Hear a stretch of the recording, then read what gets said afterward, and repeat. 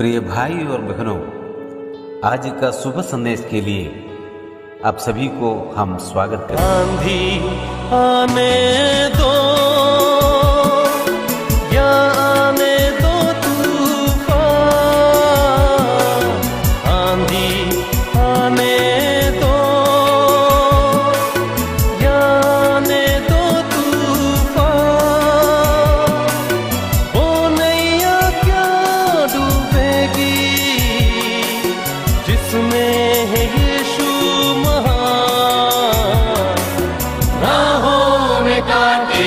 अगर हो रुकना नहीं, चलते जाना,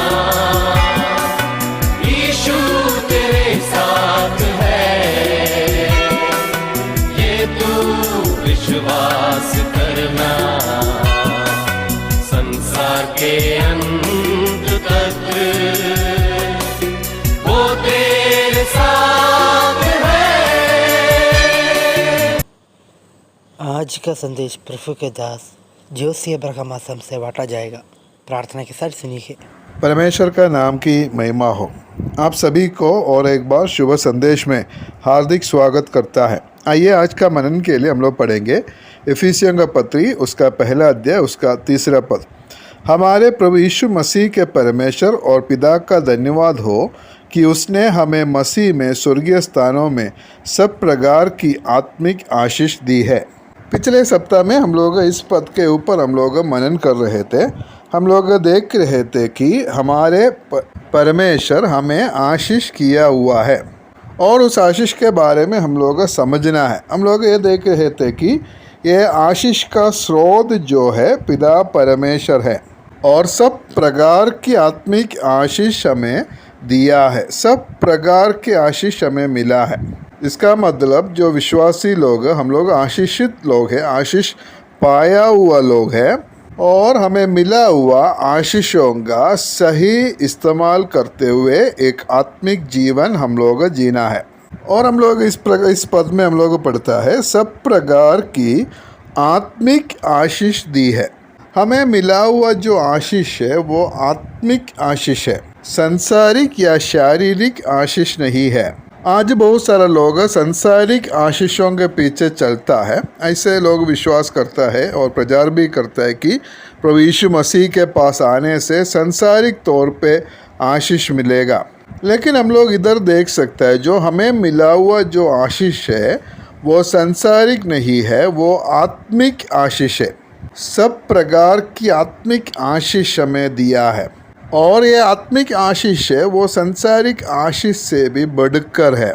जिसको ये आत्मिक आशीष मिला है और वो कभी सांसारिक आशीषों के पीछे नहीं जाएगा। और उस आत्मिक आशीषों के बारे में हम लोग इस इफिसियों का पत्री में हम लोग देख सकता है। कोरिन्थियों का दूसरा पत्री 4 अध्याय उसका 18 पद में हम ऐसे पढ़ता है, और हम तो देखी हुई वस्तुओं को नहीं परंतु अनदेखी वस्तुओं को देखते रहता है, क्योंकि देखी हुई वस्तुएं थोड़े ही दिन की है परंतु अनदेखी वस्तुएं सदा बनी रहती है। सांसारिक आशीष जो है वो देखी हुई वस्तु है, लेकिन जो आत्मिक आशीष है वो अनदेखी है। और देखी हुई वस्तुएं थोड़े ही दिन का है, मतलब सिर्फ इस दुनिया में रहने के लिए थोड़े दिन के लिए है, लेकिन अनदेखी वस्तुएं जो सदा बनी रहती है। और ऐसे आशीषों से परमेश्वर हमें आशीष किया है। हम लोग जब परमेश्वर की परिवार में जन्म लिया तब हम लोग धनी होकर हमारा जन्म हुआ है और वो धन है आत्मिक धन है, सांसारिक धन नहीं है। और इधर हम लोग उस आशीष के बारे में हम लोग देख सकता है, हमें मसीह में स्वर्गीय स्थानों में सब प्रकार की आत्मिक आशीष दी है। स्वर्गीय स्थानों में हमें आत्मिक आशीष दिया है। मसीही जीवन स्वर्ग में केंद्रित है और हम लोग उस स्वर्गीय वस्तुओं के ऊपर हम लोग ध्यान देना है, क्योंकि हमारा सब कुछ स्वर्ग में है। फिलिपियों का पत्री 3:20 में हम लोग देखता है कि हमारा स्वदेश स्वर्ग में है। वो पद हम ऐसे पढ़ता है, पर हमारा स्वदेश स्वर्ग पर है और हम एक उद्धारकर्ता प्रभु यीशु मसीह के वहाँ से आने की बाट जो रहे हैं। हमारा स्वदेश स्वर्ग है। एक मसीही व्यक्ति जो है वो स्वर्ग का नागरिक है। लूका सुसमाचार 10:20 में हम लोग पढ़ता है, हमारा नाम स्वर्ग पर लिखे है। हम ऐसे पढ़ते उधर, तो भी इससे आनंदित मत हो कि आत्मा तुम्हारे वश में है, परंतु इससे आनंदित हो कि तुम्हारे नाम स्वर्ग पर लिखे हैं। दुनिया में शायद हमारा नाम अलग अलग जगह में लिखा हो सकता है। दुनिया में चाहे हमारा नाम कहीं लिखा है या नहीं है, तो हम लोग आनंदित होने का कारण है कि हमारा नाम स्वर्ग पर लिखे है। जब प्रभु यीशु मसीह अपने चेलों को प्रार्थना करने के लिए सिखाया, तब ऐसे सिखाया। उसका मत्ती सुसमाचार 6:9 में, तुम इसी रीति से प्रार्थना किया करो, हे हमारा पिता तू जो स्वर्ग में है। हमारा पिता स्वर्ग में है। एक स्वर्गीय पिता के साथ हम लोग प्रार्थना करता है। इफिसियों का पत्री 2:6 में हम लोग पढ़ता है, मसीह यीशु में उसके साथ उठाया और स्वर्गीय स्थानों में उसके साथ बैठाया। हमें स्वर्ग में, आत्मिक तौर पे स्वर्ग में मसीह के साथ हमें बैठाया हुआ है। इसलिए हमारा सब कुछ स्वर्ग में है। स्वर्ग में हमारा स्वदेश है और हमारा नाम स्वर्ग में लिखा है। हमारा पिता स्वर्ग में है और स्वर्गीय स्थानों में हमें मसीह के साथ में बैठाया है। और हमारा जो आशीष भी है स्वर्गीय स्थानों में सब प्रकार की आत्मिक आशीष है। और इस दुनिया में हम लोग कौन है?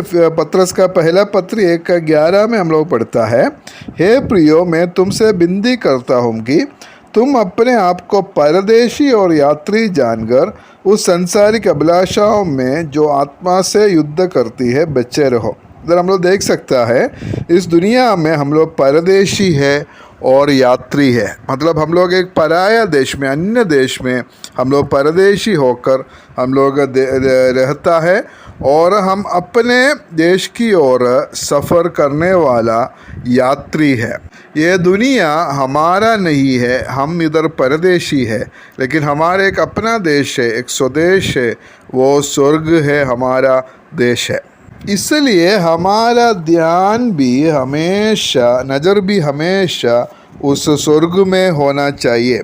कोलोसियों का पत्री 3 उसका 1 और 2 पद हम ऐसे पढ़ता है, जब तुम मसीह के साथ जिलाए गए तो स्वर्गीय वस्तुओं की खोज में रहो। यहाँ मसीह विद्यमान है और परमेश्वर के दाहिने ओर बैठा है। पृथ्वी पर की नहीं परंतु स्वर्गीय वस्तुओं पर ध्यान लगाओ। जब हमारा सब कुछ स्वर्ग में है, सब कुछ स्वर्ग में केंद्रित है, तब इधर हम लोग देख सकता है हम स्वर्गीय वस्तुओं की खोज में रहना है। और मसीह भी वहाँ विद्यमान है और परमेश्वर के दाहिने ओर बैठे हैं। और हम लोग उधर पढ़ता है, पृथ्वी पर की नहीं परंतु स्वर्गीय वस्तुओं पर ध्यान लगाओ। इसलिए हम लोग इस दुनिया में रहता है, लेकिन रहने के समय में भी हम लोग पृथ्वी पर नहीं स्वर्गीय वस्तुओं पर ध्यान करते हुए हम लोग इस दुनिया में हम लोग रहना है, क्योंकि स्वर्ग हमारा देश है और हमारा सब कुछ स्वर्ग में है। इसके लिए परमेश्वर हमें सहायता करे। हमारे प्रभु यीशु मसीह के परमेश्वर और पिता का धन्यवाद हो कि उसने हमें मसीह में स्वर्गीय स्थानों में सब प्रकार की आत्मिक आशीष दी है। परमेश्वर आप सभी को सहायता करे।